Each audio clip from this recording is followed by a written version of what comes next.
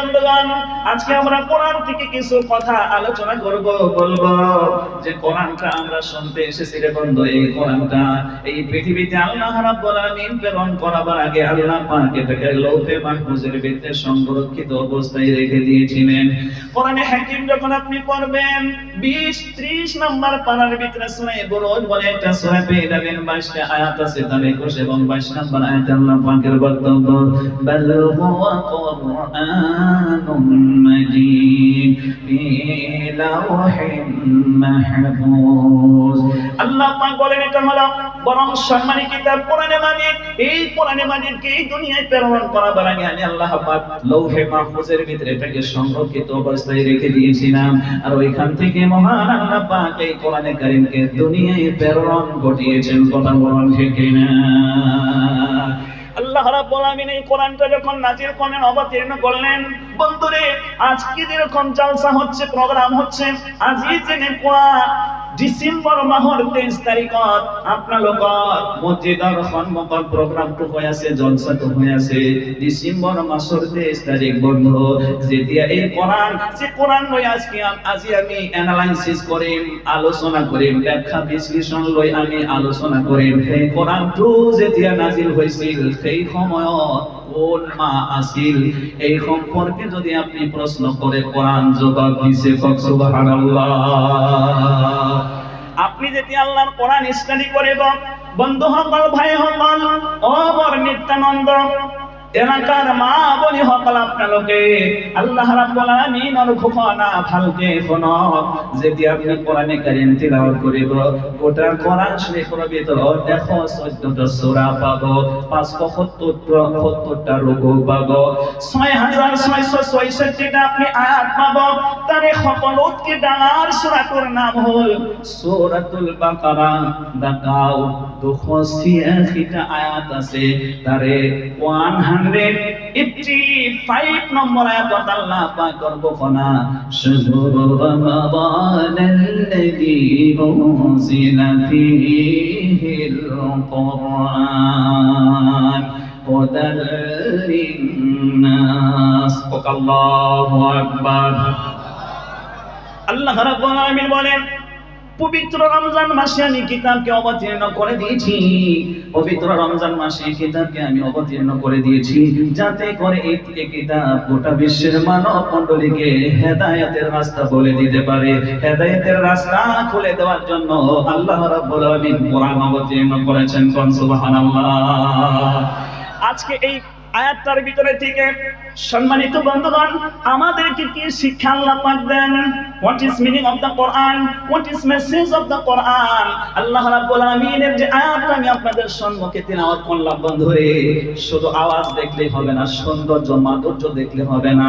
আল্লাহ পাক কোরআনে কারীমের ভিতরে কি বলেছেন এটা নিয়ে আপনাকে গবেষণা করতে হবে, চিন্তা করতে হবে, অ্যানালাইসিস করতে হবে, রিসার্চ করতে হবে। কথা বলেন ঠিক না? আল্লাহর কোরআন যখন আপনি স্টাডি করবেন বন্ধু, আল্লাহ রাব্বুল আলামিন আপনি পড়বেন 26 নম্বর পারা সূরা মুহাম্মদ বলে একটা সূরা পেয়ে যাবেন। আমাদের নবীজির নাম দিয়ে কোরআন শরীফের ভিতরে একটা সূরা আছে, 38 আয়াত। আজকে আমার বন্ধুগণ 23 তারিখ, কালকে এসেছে 24 তারিখ, অর্থাৎ 24 নম্বর আয়াত আল্লাহ পাকের বক্তব্য। এটা হলো সূরা মুহাম্মদ। আল্লাহ রাব্বুল আলামিন বলেন, আফালা ইয়াতাদাব্বারুনাল কুরআন আম আলা কুলুবিন আকফালুহা। আল্লাহ রাব্বুল আলামিন বলেন, হে আমার বান্দাগুলো তোদের হলোটা কি? হে আমার বান্দা সকল তোমালোকৰ কি হল যে তোমালোকে বড় কোরআন কোনই গবেষণা তোমালোকে নকৰা, তোমালোকে রিসার্চ নকৰা, তোমালোকে অনুধাবন নকৰা। কি হল তোমালোকৰ? তোমার অন্তৰত, তোমার দিমাগৰ ভিতৰত কি তোলা লাগি গল নেকি যে মোর কোরআন লৈ তোমালোকে এনালাইসিস নকৰা, গবেষণা নকৰা, চিন্তা নকৰা? কোরআন নিয়ে চিন্তা করতে হবে, গবেষণা করতে হবে, রিসার্চ করতে হবে। কথা বলেন ঠিক কিনা?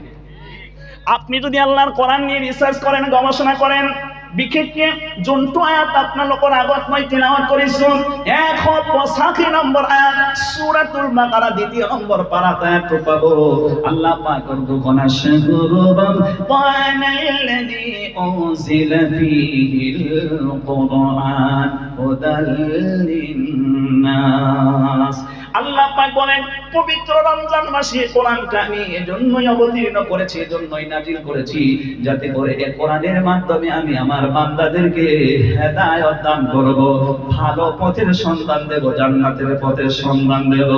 তাই আমি আপনাদেরকে যদি প্রশ্ন করি, আপনি যদি জান্নাতের পথ আপনি বিছরাতে চান, তালাশ করতে চান, জান্নাতে যাওয়ার জন্য আপনি প্রস্তুতি নিতে চান, এই পৃথিবীতে আল্লাহর পক্ষ থেকে যদি আপনি হেদায়েত পেতে চান, অন্যথায় আল্লাহ পাকের কোরআনটা আপনি যখন বের করবেন 9 নম্বর পারার ভিতরে আপনাকে ঢুকতে হবে। সূরার নাম হলো সূরা আল আরাফ। আপনারা নিচে বসে আছেন, আমরা উঁচুতে আছি, এই সাবজেক্টটার নাম হলো উসুল ইসলাম সমূহ। জয় কোন আল্লাহু আকবার। কিছুদিনের জন্য এমনটা সমস্যায় দাঁড়াবে, কিছু মানুষ তো জান্নাতি হয়ে যাবে, আবার কিছু মানুষের জন্য ফয়সালা হয়ে যাবে জাহান্নামের। তবে এক শ্রেণীর মানুষ এমন পাওয়া যাবে, নেকি বদি ওজন করতে গিয়ে আমার ভাইরা তার নেকিটাও সমান, আমার বন্ধুগণ তার বদিটাও সমান। নেকি বদি সমান হলে ওই মানুষকে ওই স্থানে তাকে কিছুদিনের জন্য রাখা হবে। সূরা আল আরাফে সেই কথাগুলো আল্লাহ আলোচনা করেছেন। এই সূরাটা তিলাওয়াত করলে 206টা আয়াত আপনি পেয়ে যাবেন। তার আয়াত সংখ্যা হলো 178। জোরে কন্না আল্লাহু আকবার। হয়নি? আপনাদের যে আওয়াজ দিচ্ছেন মনে হচ্ছে রমজান মাসের আজকে 27 তারিখ। এই আওয়াজে ওয়াজ হবে। আমি তো সেই নভেম্বর থেকে রাত জাগরণ করেছি। শুধু নভেম্বর মাসেই আমি সফর করেছি আসাম, মেঘালয়, ত্রিপুরা, কলকাতা, বিহার, 5টা রাজ্যে দৌড়াদৌড়ি করে আমার শরীরের যা এনার্জি ছিল তা চলে গেছে। সুগার লেভেল আমার 400-র উপরে। তাইলে আপনারা আমাকে এনার্জি দিতে হবে, হ্যাঁ না একটু জোরে বলতে হবে, তাকবীর গুলো জোরে দিতে হবে। কথা কোন ঠিক কিনা? আপনারা রেডি হন তো একবার। প্রথমে আমি যখন আপনাদেরকে বলবো তাকবীর দিতে, তখন আপনারা তাকবীর দেবেন। যারা বিয়ে করে একবারে দুর্বল হয়ে পড়েছে তাদের আওয়াজটা একটু হালকা হবে, সেজন্য প্রথমে তারা দেবেন। দ্বিতীয় পজিশনে দেবেন ইয়ং পিপল, ইয়ং জেনারেশন, যাদের শরীরের ভিতরে টকবগে এখনো গরম রক্ত বিরাজ করছে, আপনি সংসারে এখনো ঢোকেননি, বিয়ে শাদী এখনো করেননি, রক্ত পন করে ঘুরছে, অতএব তারা দ্বিতীয় তাকবীর দেবেন।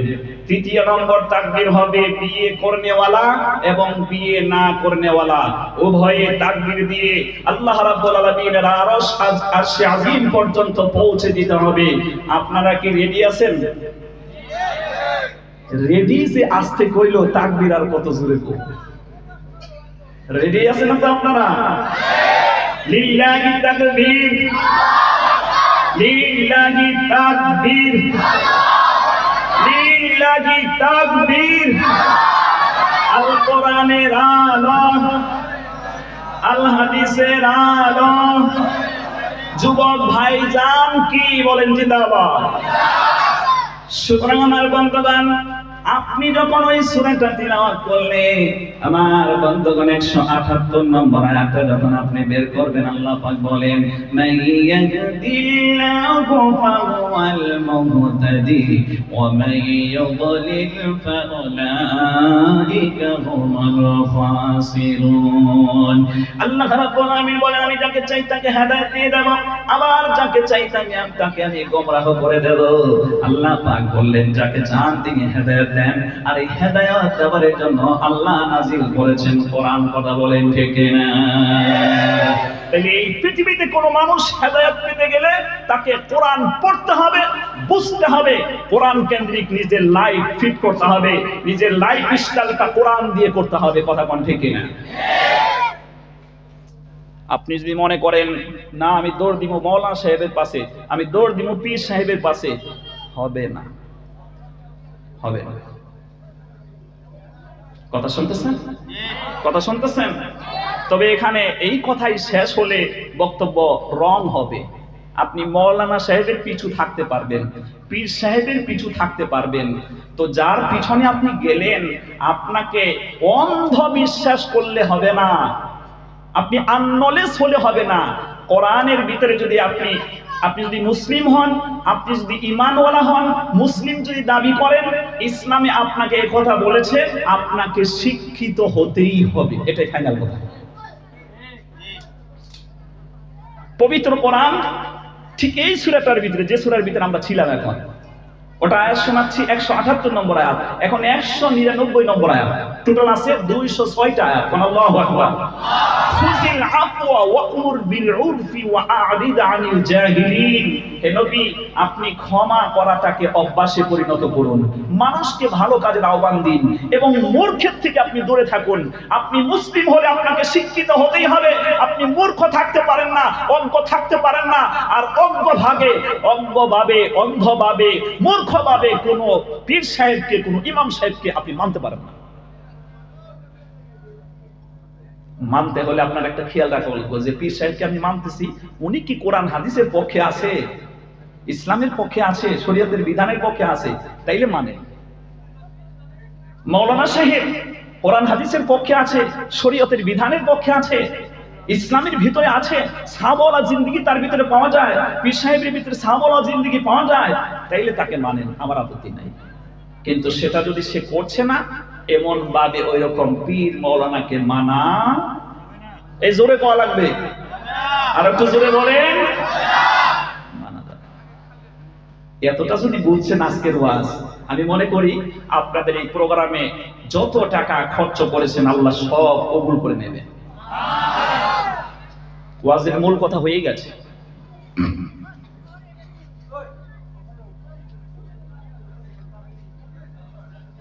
কোরআনে হাকিম যখন আপনি স্টাডি করবেন বন্ধু, আপনি 14 নম্বর পারা বের করেন, দ্বিতীয় নম্বর যে সূরাটা হয়, এখন তো সেটাই মৌসুম বন্ধরে, সূরা আন-নাহল, মৌমাছির মৌসুম, মধু সংগ্রহ করার মৌসুম, ঠিক না? এই সূরাটা যখন আপনি তিলাওয়াত করবেন, 9 নম্বর আয়াতে আল্লাহ পাকের বক্তব্য, ওয়া আলাল্লাহি কাসদুস সাবিলি ওয়া মিনহা দাইর ওয়া লাউ শাআ লাহাদাকুম আজমাইন। আল্লাহ রাব্বুল আলামিন বলেন, এই পৃথিবীতে আছে অসংখ্য বাঁকা পথ, বাঁকা মত। এখানে বাঁকা পথ দিয়ে শুধু এইটাকেই বোঝানো হয় নাই বন্ধুরে। আপনাদের যে মিত্তানন্দ বাজার, ওইখানে দেখলাম পশ্চিম দিকে একটা রাস্তা, উত্তর দিকে আরেকটা রাস্তা, বরপেটা যাবার আরেকটা রাস্তা, আবার ওইদিকে বন্তিপুর মাদ্রাসায় যাবার আবার কোথাও যেন একটা রাস্তা আছে, এখন আমি ভুলে গেছি, অনেক দিন থেকে আসি না। এই যে চৌমাথা, এগুলোর মধ্যে ঘোরানো পেছানো কিছু রাস্তা আছে, কথা কোন ঠিক না?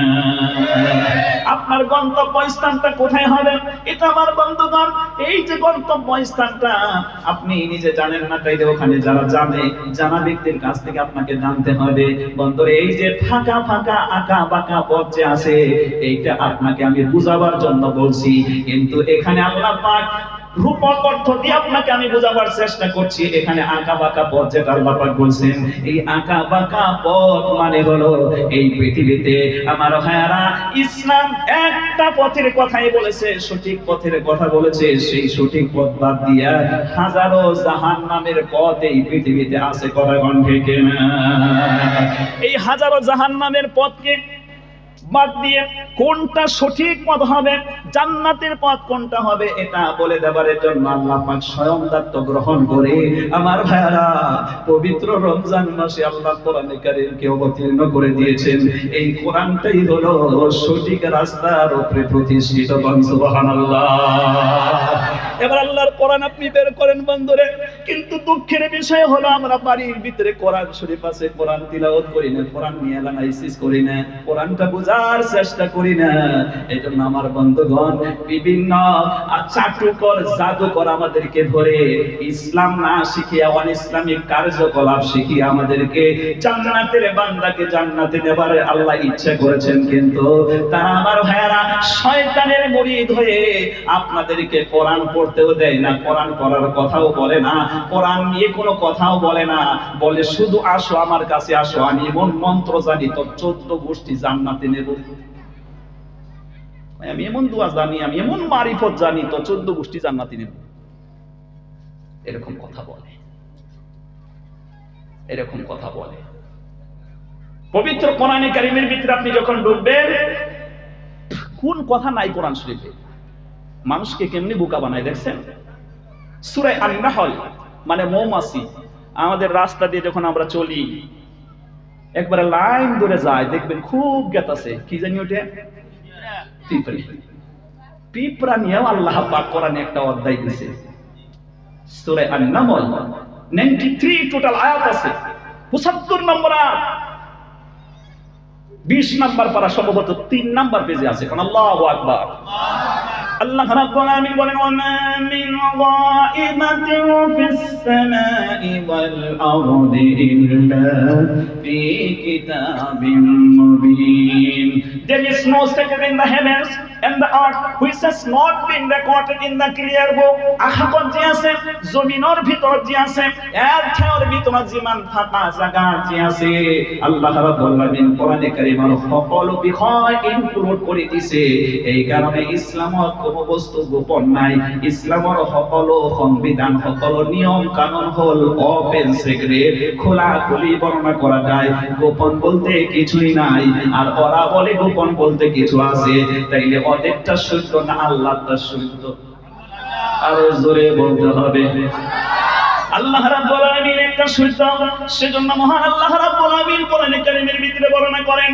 কোরআনে হাকিম যখন আপনি স্টাডি করবেন, আমার বন্ধুগণ একটা एग्जांपल দিয়ে আল্লাহ পাক আমাদেরকে বোঝাচ্ছেন। আল্লাহ পাক एग्जांपल এই জন্যই সেট করে যাতে করে আমরা ওখান থেকে সবক নিতে পারি। ও বন্ধুরে, এই পৃথিবীতে কোন একজন মানুষকে যদি আপনি বোঝাতে চান, বুঝতে না চাইলে একটা एग्जांपलের মাধ্যমে তাকে বোঝানো হয়। কথা বলেন ঠিক না? কোরআনে হাকিম যখন আপনি স্টাডি করবেন, আল্লাহ রাব্বুল আলামিন কোরআনে কারীমের ভিতরে 11 নম্বর পারার 2 নম্বর সূরা সূরা ইউনূস 109টা আয়াতের আয়াত সংখ্যা 24 এবং 25। কোন আল্লাহু আকবার। আল্লাহ রাব্বুল আলামিন বলেন, ইন্নামা মাতালুল হায়াতিদ দুনিয়া কামাইন আনসালনাহু মিনাস সামাই ফাখতালাতা বিহি নাবাতুল আরদি মিম্মা ইয়াকুলুন নাস ওয়াল আনআম ইলা আখিরি আয়াত। আল্লাহ রাব্বুল আলামিন বলেন, ও যুবক ভাইরা, আপনাদেরকে লক্ষ্য করে বলছি, টকবকে শরীরের মধ্যে গরম রক্ত বলে আপনি আল্লাহকে ভুলে যেতে পারেন না, আল্লাহর সংবিধানকে ভুলে যেতে পারেন না, নবীর তরিকাকে আপনি ভুলে যেতে পারেন না। তবে আমরা বাস্তবে দেখি যেন এই যুবকেরা দৌড়ে দৌড়ে জাহান্নামের কর্মগুলো করে জাহান্নামের এই দুনিয়ার 70 গুণ পাওয়ারই আগুনের মধ্যে নিজে ঝাঁপ দিয়ে পড়ে যাচ্ছে। আর এই ঝাঁপ দেওয়ার টাইমটা আসতেছে বন্ধুরে, এই যে নতুন বছর নিউ ইয়ার্স পালন করতে গিয়ে এই কাজগুলো করে। কথা কোন ঠিক কিনা?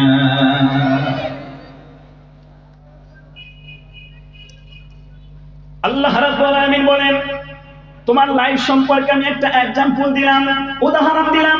উদাহরণটা এমনটা, আমি আল্লাহ রাব্বুল আলামিন আকাশ থেকে বৃষ্টি বর্ষণ করে দিয়ে মরা জমিন জিন্দা করে সেই জমিনের মধ্যে ফসলগুলো আল্লাহ রাব্বুল আলামিন উদ্যত করে দেন। কথা কোন ঠিক কিনা? আমার কথা তো আপনারা বুঝতে পারছেন? কোনো অসুবিধা হচ্ছে না? কোন আলহামদুলিল্লাহ। খুব গুরুত্ব দিয়ে শোনার চেষ্টা করবেন। আমি কিন্তু আলতু ফালতু কথা একটাও বলি না, যা বলতেছি আল্লাহর কোরআন থেকে। এই জন্য কোরআনকে আপনি ভালোবাসুন, কোরআনকে গুরুত্ব দিন। যদি আপনার শরীরে এক ফোঁটা মুসলমানি রক্তও থাকে, গুরুত্ব দিতেই হবে, ঠিক না? সেজন্য আসুন আমার বন্ধুগণ, মাহফিলের ভিতরে উঠাউঠি করবেন না। যাদের খুব পেশাবের চাপ আসে, একবার সাইডে তারা বসবেন, ভিতরে না বসে তারা সাইডে বসবেন। পেশাব সেরে আস্তে করে চলে আসবেন। মাঝখানে বসে আপনি এদিক ওদিক ঘোরাফেরা করবেন, একবার উঠবেন একবার বসবেন। তাইলে বক্তার যেটা আলোচনার সিস্টেমতে থাকে, আমি যে কথা বলতেছি এটা একটা আল্লাহর পক্ষ থেকে একটা চেন ঘুরতেছে, একটা চেন ঘুরতেছে। আর ওই চেনের মাধ্যমে আল্লাহ পাক এই কথাগুলো আমাকে মনে পড়িয়ে দিচ্ছেন। আজকে মনে করুন আমি আল্লাহ পাকের একজন গোলাম, আল্লাহ পাক হলেন মালিক, আমি আল্লাহর গোলাম। কোরআন কার? আরো জোরে বলেন। ওই কোরআনের খেদমত করার জন্য আপনারা মনে করতে হবে, যদিও আব্দুস সুবহান একেবারে এই নিকটেরই এলাকারই, আপনারা এটাই ভাবতে পারেন ও আর কি বলবে, এ তো এলাকার লোক, সে আর কি বলবে, এরকম না ভেবে আপনারা ভাবুন আল্লাহ পাক যখন তার দ্বীনের খেদমত নেয় ল্যাংড়া মশা দিয়েও নেয়। আপনারা মনে করেন যে নমরুদের সম্মুখে যখন ল্যাংড়া মশা আল্লাহর দ্বীনের খেদমত করছিল, আল্লাহ যেন আমাকে ওই ল্যাংড়া মশা বানায় আপনাদের এখানে এনেছেন দ্বীনের খেদমত করার জন্য, কোরআনের খেদমত করার জন্য, কোরআন প্রচার করার জন্য। ওয়াযাক্কির ফাইন্না যিকরা তানফাউল মুমিনিন। আপনি পড়বেন 26 নম্বর পারার আখিরি সূরা জারিয়াত 60 আয়াতের হচ্ছে 55 নম্বর আয়াত। আল্লাহ পাক বলেন, হে নবী আপনি আমার মুমিন বান্দার সম্মুখে কোরআনের অ্যানালাইসিস করুন, কোরআনের তাফসীর করুন, ব্যাখ্যা করুন, বিশ্লেষণ করুন, কোরআনের নসিহত শোনান। আর কারো ফায়দা হোক বা না হোক, সত্যিকার মুমিনদের নিঃসন্দেহে ফায়দা হবে। আপনারা আজকে যদি সত্যি কোরআন শুনতে পারেন, আমাকে আল্লাহ পাক গোলাম হিসেবে এগুলো বলাচ্ছেন, আর আপনারা শুনতে পারলে ফায়দা হবেই, এটাই ফাইনাল কথা।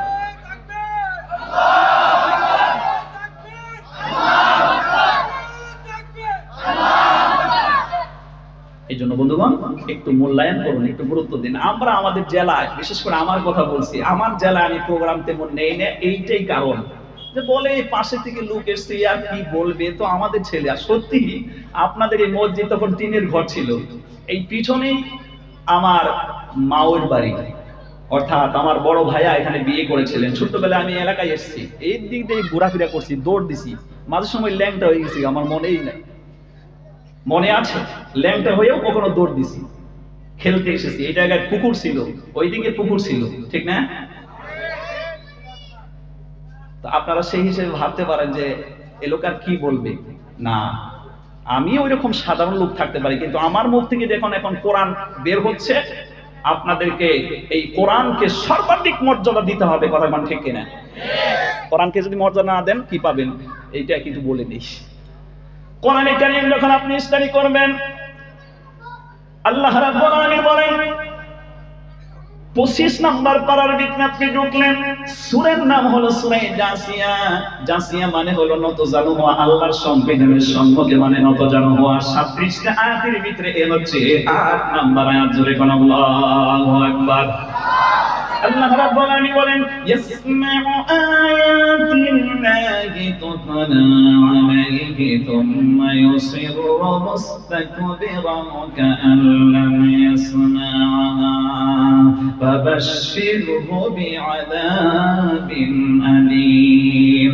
আল্লাহ রাব্বুল আলামিন বলেন, এমন ব্যক্তিকে হে নবী খুশখবরি শুনিয়ে দেন, দুঃসংবাদ তাদেরকে শুনিয়ে দেন, যারা নাকি তাদের কর্ণগোচর হলো, আলোচনা হলো, পরপেটা আপনার উপরে এই মসজিদের সম্মুখত কোরআনের তাফসীর হবে, আলোচনা হবে, ব্যাখ্যা বিশ্লেষণ হবে। এই হাসরার পড়া মাওলানা আব্দুল সুবহান আহিব দেখিতে কোরআনের তাফসীর করব, ব্যাখ্যা করিব, বিশ্লেষণ করিব।